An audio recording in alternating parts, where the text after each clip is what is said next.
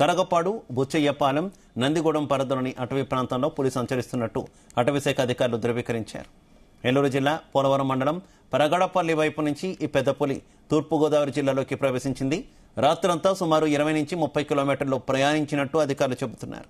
పులి పాదముద్రలను గుర్తించిన అధికారులు దాని మెడకు ఉన్న రేడియో కాలర్ ఆధారంగా కదలికలను ఎప్పటికప్పుడు ట్రాక్ చేస్తున్నారు. సమీప గ్రామాల్లో దండోరా, మైకుల ద్వారా ప్రజలను అటవీశాఖ అధికారులు అప్రమత్తం చేశారు. అత్యవసర సమయాల్లో బయటకు వస్తే గుంపులుగానే రావాలని సూచించారు.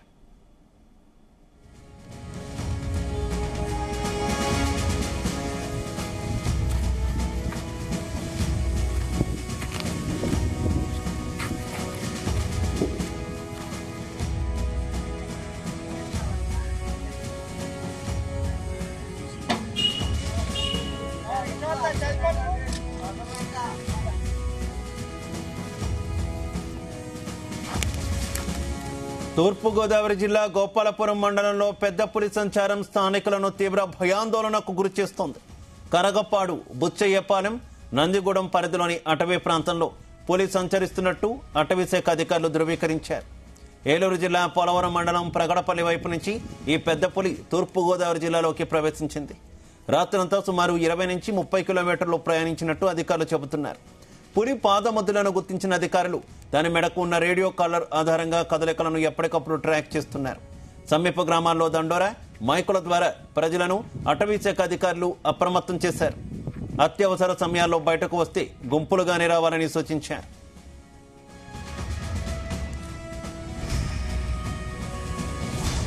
ఇదే అంశానికి సంబంధించి మరింత సమాచారం మా కరెస్పాండెంట్ దుర్గా అందిస్తారు. దుర్గా. Thank you Siva. మహారాష్ట్ర నుంచి పాపికొండల అటవీ ప్రాంతం వరకు వచ్చిన ఈ పెద్ద పులి ప్రస్తుతం ఏలూరు జిల్లా పోలవరం నుంచి తూర్పుగోదావరి జిల్లా గోపాలపురం మండలంలోకి ప్రవేశించింది. అయితే పెద్ద పులి సంచారంతో గోపాలపురం మండలం ఏదైతే సరిహద్దు గ్రామాలైన కరగపాడు, బుచ్చేపాలెం, నందిగూడెం సమీపంలో తీవ్ర ఉత్కంఠ వాతావరణం నెలకొంది. అయితే నిన్న రాత్రి ఏలూరు జిల్లా పోలవరం మండలం ప్రగడపల్లి అటవీ సరిహద్దుల నుంచి ఈ పెద్ద పులి తూర్పుగోదావరి జిల్లా పరిధిలోకి ప్రవేశించింది. ఆ రాత్రి వేళ జనసంచారం లేకపోవడంతో దాదాపు 20 నుంచి 30 కిలోమీటర్ల మేర సుదీర్ఘంగా ప్రయాణించి ఈ రోజు కరగపాడు, నందిగూడెం అటవీ ప్రాంతానికి చేరుకుంది.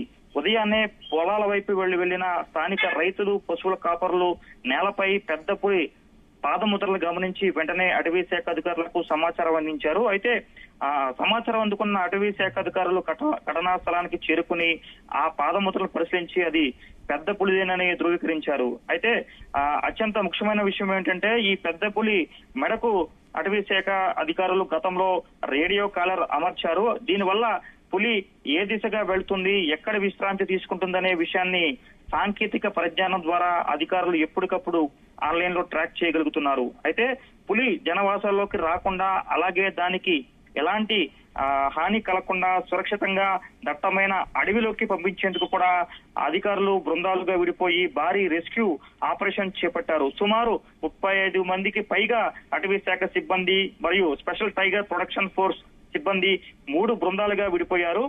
రేడియో కాలర్ నుంచి వచ్చే సిగ్నల్స్ ను పట్టుకోవడానికి అధికారులు చేతిలో యాంటెనాలతో అటవీ సరిహద్దుల్లో గాలిస్తున్నారు. అయితే దట్టమైన పొదలు, చెట్ల మధ్య పులి ఎక్కడ దాగి ఉందో పైనుంచి పసిగట్టేందుకు కూడా అధునాతిక టెక్నాలజీని ఉపయోగించి థర్మల్ డ్రోన్ కెమెరాలను గాల్లోకి పంపించారు. అయితే సంచరించే అవకాశం ఉన్న ఏదైతే పెద్ద పులి ప్రస్తుతం సంచరించే ప్రాంతంలో ఏదైతే నీటి గుంటలు, అదేవిధంగా అడుగు జడలు ఉన్న మార్గాల్లో పదుల సంఖ్యలో ఆటోమేటిక్ ట్రాప్ కెమెరాలను అమర్చారు. ప్రస్తుతం అటవీ శాఖ ఉన్నతాధికారులు కూడా ఘటనా స్థలంలోనే ఉండి రెస్క్యూ ఆపరేషన్ ను నేరుగా పర్యవేక్షిస్తున్నారు. అయితే స్థానికంగా పెద్ద పులి సంచారంతో గ్రామస్తులందరూ కూడా భయాందోళన వ్యక్తం చేస్తున్న పరిస్థితే ఉంది. అయితే కరగబాడు, బుచ్చేపాలెం, నందిగూడెం గ్రామాల ప్రజలు ఇళ్ల నుంచి బయటకు రావడానికే జంకుతున్న పరిస్థితి ఉంది. ముఖ్యంగా వ్యవసాయ పనులకు వెళ్లే రైతులు, కూలీలు పనులకు తాత్కాలికంగా ఏదైతే పనులను పూర్తి స్థాయిలో నిలిపివేసిన పరిస్థితి ఉంది. అయితే పరిస్థితి తీవ్రతను బట్టి అటవీ శాఖ మరియు రెవెన్యూ అధికారులు సంయుక్తంగా ఏదైతే గ్రామాల్లో దండోరా వేస్తున్నారు. అలాగే మైక్ అనౌన్స్మెంట్ ద్వారా కూడా నిరంతరం పెద్ద పులి కదలికలపై కూడా గ్రామంలో హెచ్చరికలు జారీ చేస్తున్నారు. అయితే ఆవులు, మేకలు, గొర్రెలను అటవీ ప్రాంతం వైపు లేదా మేత కోసం బయటకు తీసుకువెళ్లవద్దు అని ఖచ్చితంగా అటవీ శాఖ అధికారులు చెప్తున్న పరిస్థితి ఉంది. అయితే రాత్రి వేళలో వాటిని సురక్షిత అటవీ శాఖ అధికారులు ఏదైతే సూచించారు. అయితే అత్యవసర పనులు ఉంటే తప్ప ఒంటరిగా అటవీ సరిహద్దుల వైపు వెళ్లవద్దు అని, ఒకవేళ వెళ్లాల్సి వస్తే కనీసం గుంపులుగా చేతుల్లో కర్రలు లేదా ఏదైనా శబ్దాలు వచ్చే పరిసరాలతో వెళ్లాలని కూడా అటవీ శాఖ అధికారులు చెబుతున్న పరిస్థితి ఉంది. అయితే ఇళ్ల చుట్టూ వెలుతురు ఉండేలా కూడా ప్రత్యేకంగా లేట్లు ఏర్పాటు చేసుకోవాలని, అదేవిధంగా పిల్లలను సాయంత్రం వేళలో బయటకు తిరగనివ్వకూడదంటూ కూడా అటవీ శాఖ అధికారులు చెప్పిన పరిస్థితి ఉంది. అయితే అధికారుల ప్రాథమిక అంచనా ప్రకారం పులి సాధారణంగా మానవ సంచారానికి దూరంగా ఉండడానికి ఇష్టపడుతుంది. అయితే రేడియో కాలర్ డేటా ప్రకారం అది ప్రస్తుతం మానవ నివాసాలకు దూరంగా ఉన్న దట్టమైన పొదల వైపు కదులుతుంది. అధికారులు దీన్ని సురక్షితంగా దట్టమైన అటవీ ప్రాంతంలోకి మళ్లించేందుకు కూడా శ్రమిస్తున్నారు. అయితే గ్రామాల వైపు పులి రాకుండా అటవీ సరిహద్దుల్లో ప్రత్యేక కాపలా ఏర్పాటు చేశారు.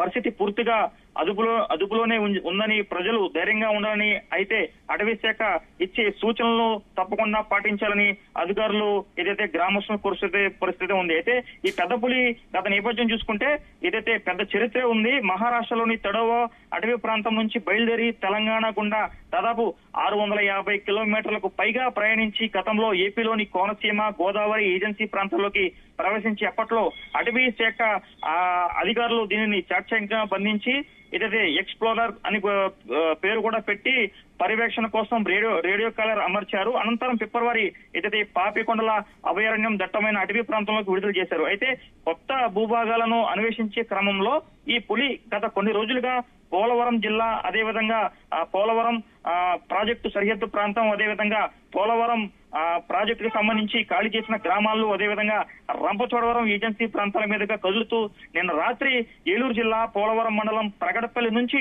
ఏదైతే తూర్పు గోదావరి జిల్లా గోపాలపురం మండలంలోకి ప్రవేశించింది. అయితే రాత్రికి రాత్రే దాదాపుగా 20 నుంచి 30 కిలోమీటర్ల ప్రయాణించి కరగపాడు, బుచ్చేపాలెం, నందిగూడెం అటవీ ప్రాంతానికి చేరుకుంది. ప్రస్తుతం ఈ ప్రాంతంలోనే పెద్ద పులి ఉందని అధికారులు అయితే అంచనా వేస్తున్న పరిస్థితి ఉంది. అయితే ప్రత్యేకంగా పులిని బంధించేందుకు కూడా అధికారులు పూర్తి స్థాయిలో ఏర్పాట్లు చేపట్టారు. Right, okay, thank you. పెద్దాపులి మరి అందుకని రైతులందరూ కూడా జాగ్రత్తగా ఉండాలండి. ఆవులు, గొర్రెలు, మేకలు, గేదెలు అయినా రోజు జాగ్రత్త పెట్టుకోనండి. మరి అందుకని రైతులు కూడా ప్రతి ఒక్కరు కూడా